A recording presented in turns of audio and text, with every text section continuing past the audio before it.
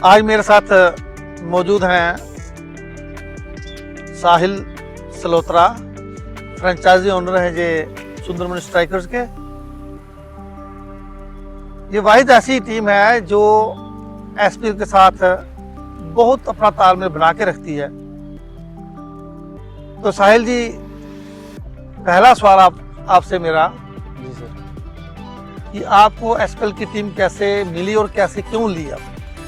Sir SPL की team हम जब आपने शुरू किया था स्टार्टिंग से ही कि भाई एसपीएल को हमने स्टार्ट करना आईपीएल पैटर्न से, तो हमें तब खेलने का भी शौक था। मैं आपको पता बाहर ही रहे हैं, ज़्यादातर हमने टाइम बाहर ही निकाला।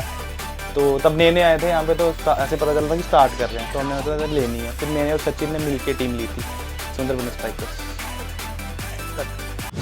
साहिल जी, मेरा आपसे दूसरा प्रश्न है कि बिल्डिंग वाले दिन आपका टेबल एक तो पीछे लगा हुआ था, वो आपकी तरफ मेरा ध्यान भी कम गया, लेकिन आपने टीम अच्छी बनाई।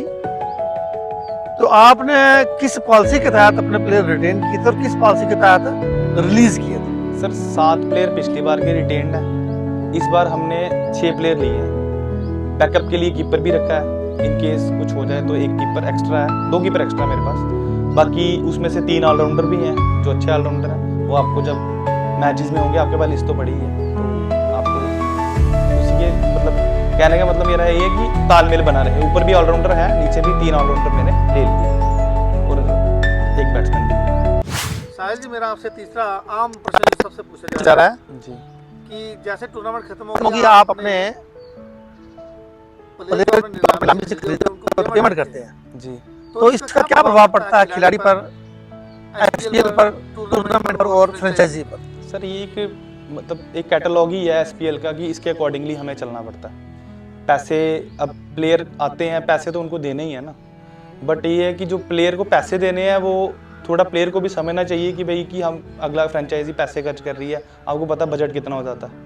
तो उसके अकॉर्डिंगली जब हम पेमेंट करते हैं तो प्लेयरों को भी थोड़ी हेडेक लेनी चाहिए कि नहीं यार, हमारे लिए किसी ने पैसे खर्च किए हैं तो हमें उनके खिलाफ मतलब उनके लिए कुछ करना चाहिए या ऐसा वैसा है। वो बाय लक नहीं कोई होता तो वो अलग चीज़ है, बट ऐसे करना नहीं चाहिए प्लेयरों को खासकर। साहिल जी, मेरा आपसे चौथा प्रश्न है कि आपने तो अच्छी टीम बनाई, इसमें कोई दो राय नहीं है, और कुदरती बात है कि हर फ्रेंचाइजी की तरह आपका भी सपना है हाँ, नॉकआउट में पहुंचने का। जी सर। तो लेकिन उस नॉकआउट पहुंचने में कौन सी बाधाएं आपको लग रही है? थ्रेटनिंग टीम कौन सी? सर नो डाउट कि सारी टीम में बैलेंस है, अच्छी टीमें बनी हुई हैं इस बार, क्योंकि टीमें कम हुई हैं तो प्लेयर जो है सब टीम के पास पहले 2-2 3-3 प्लेयर होते थे, आज का इस बार मेरे ख्याल से 5-5 6-6 प्लेयर हैं जो एक जैसे हैं। तो जो सबसे टफेस्ट टीमों में अगर देखा जाए तो 4-5 टीमें हैं, उसमें आप सबसे पहले तो बॉर्डर वॉरियर ले लो, आप उनकी टीम ज़बरदस्त टीम है इस बार। उसके बाद SSK, फिर अब आप जैसे मल्ला के लिए सुना कि ट्रेड किया उन्होंने, मल्ला भी अच्छी है।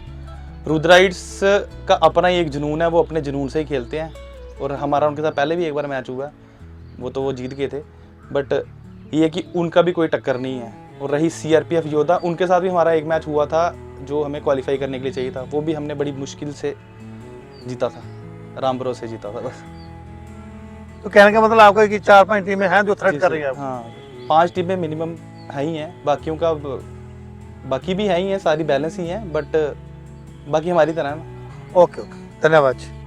साहिल जी, अब थोड़े से आपको सुई चुभोने की बारी आ गई है, विचलित हो जाएंगे आप इन 2 सवालों में, 3 सवालों में, तो मैं चाहता हूँ आप संयम से इसका जवाब दें। ठीक है सर। तो पहला सवाल जो इरिटेट करेगा आपको, वो है कि आप ऊंचे लेवल के जो प्लेयर होते हैं, खिलाड़ी, उनको उनके बोली पर जाते नहीं। आपने एक लाइन उठाई हुई है प्लेयर्स की, खिलाड़ी की, जो आप उनको बोली दे के ले लेते हो, और उस हिसाब से आप टीम उस करते हो कि वो इतने एक्सपीरियंस प्लेयर भी होते हैं।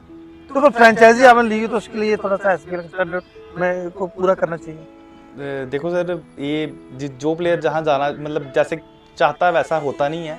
हम भी प्रिपरेशन करके जाते हैं कि बड़े बड़े प्लेयर लें, पर बाय लक कई बार नहीं आते हमारे पास, जैसे 25 सिस्टम से। तो बाकी यंग टैलेंट को प्रमोट करते हैं, यंग ज़्यादा रखे हैं। इस बार हमने थोड़े से प्लेयर जो हैं वो थोड़े सीनियर प्लेयर रखे हैं, 1-2 प्लेयर हैं जो सीनियर हैं। बाकी छोटे लड़कों में तीसरा सीज़न चौथा सीज़न खेलने के लिए मेरे साथ एक लड़का है, वो चौथा सीज़न खेल रहा है। उसको ओपन भी कराते हैं, 1 डाउन भी खिलाते हैं।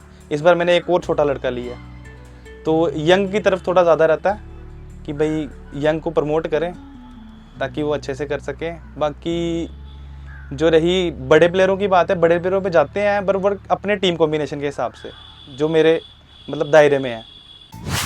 साहिल जी, बड़ा चुभता हुआ सवाल आ रहा है आपके पास। ऐसा लगा था जैसे बिडिंग वाले दिन शाम को कहीं आपने पार्टी या कहीं शादी पे जाना था, तो वहाँ पे जाने के लिए आपने शगुन बचाया 11,000 रुपये का, जैसे किसी को शगन देना होता है। नहीं, आपको 60,000 रुपये दिए थे अच्छे प्लेयर चुनने के लिए, उसमें से 11,000 आपने क्यों बचाए? और आपको पता है इसके ऊपर कार्रवाई आपके एसपीएल अभी लेगी जब आपका पहला मैच होगा, तो हो सकता है उसका 50% आपको एसपीएल को जमा कराना पड़ जाए। तो ये कार्रवाई किस लिए करवाई आपने? आपको पता था आप इतना पैसा बचा ही नहीं सकते। सर बचा तो नहीं सकते पर वो बच गया ऑटोमेटिकली। हमने बड़े प्लेयरों पे गए थे जो 10-10 हज़ार के प्लेयर थे, 3-4 प्लेयर थे जो हम लेना चाहते थे, तो वो अब कुदरती तौर पे हमारे पास नहीं आ सके। वो जो आपका पर्ची सिस्टम था उसमें से विड्रा में कहीं और चले गए। तो उसके बाद हमने प्लेयर लिए, जो प्लेयर हमें 8,000-9,000 का मिलना था वो हमें 2,500-3,000 तक मिल गए। तो उस जो गैप की वजह से ही हमारा 15 जो आपका 11,000 है वो मेरा मतलब बच गया, और 15 प्लेयर मेरे वो पूरे हो गए उसी में। तो इसमें वो टेक्निकल की वजह से ही है। अगर वही प्लेयर मेरे को 8-8 हज़ार के मिलते तो शायद ये 15 बोल रहे हो, अब 11,000 बोल रहे हो, मेरे पास 1100 भी नहीं बचा होता। साहिल सलोत्रा मेरे साथ मौजूद। सबसे विचलित करने वाले क्वेश्चन को आप फेस करेंगे आप। साहिल, पिछली जो एसपीएल थी, मैं अपने अनुभव से कहूँगा कि वो किसी भी लिहाज से अच्छी नहीं गई। 3 काले अध्याय लिखे गए इस पिछली एसपीएल में, 3 काले अध्याय लिखे, उनमें से 2 टीमें तो खेल ही नहीं रही हैं हाँ, इस टूर्नामेंट में। एक काले अध्याय के हीरो आप हैं, तो मुझे बता सकते हैं ऐसा क्यों हुआ था? सर हीरो वाली तो विलन ही है, हीरो वाला नहीं है उसमें कुछ भी। तो वो जो मतलब जो जैसा बोल रहे हो कि इंसिडेंट जो भी हुए हैं वो तो पहली बात तो होना नहीं चाहिए थे इस टूर्नामेंट में। क्या किसी भी टूर्नामेंट में ऐसा कुछ भी नहीं होना चाहिए। सारे स्टेबिलिटी से खेलते हैं, सारे अपने ही हैं, अपने ही खेलते हैं, अपने ही लड़ते हैं। वो जो लड़ने वाला सिस्टम है, जो कुछ भी है, वो होना नहीं चाहिए किसी भी टूर्नामेंट में। बाकी जो हमारा, हम पीछे भी आपको पता है, हम आपको ही सपोर्ट करते आए हैं कि आपके लिए ही सर, चलो ठीक है। 2-3 बार हमने आपको काफ़ी ज़्यादा सपोर्ट करिए कि सर कोई बात नहीं, हम खड़े हैं, आप टेंशन नहीं लो। तो सर जो इंसिडेंट पिछली बार हुए हैं वो बेसिकली मैच के प्रेशर्स की वजह से हुए हैं। जैसे आप, अब टूर्नामेंट इतनी अच्छी है तो आप लगा लो कि उस टूर्नामेंट में हर मैच का अपना एक प्रेशर होता है। उस प्रेशर की वजह से ही जो था वो हीट ऑफ द मोमेंट में हो गया। बाकी हमारा किसी के साथ भी कोई आपसी कुछ भी नहीं है। आप अच्छे भले हैं, सब अच्छे भले हैं। वो इधर ग्राउंड की बात है, ग्राउंड में रह जाती है, चलो जी। बट ये है कि उसके लिए मैं सारी टीम से पहले भी माफ़ी मांगी थी, उस टाइम भी मांगी थी, और आज भी मैं बोलता हूँ कि जी वो चीज़ हो गई है, उसके लिए आई एम सॉरी, होना नहीं चाहिए था। साहिल, आपके साथ बात करके बड़ा अच्छा लगा। मेरी बहुत बहुत शुभकामनाएं आपके साथ। थैंक यू और सर। मैं चाहता हूं कि आप कम से कम नागौर स्टेट तक पहुंचे। सर दुआ है, लग जाएगी तो ठीक है।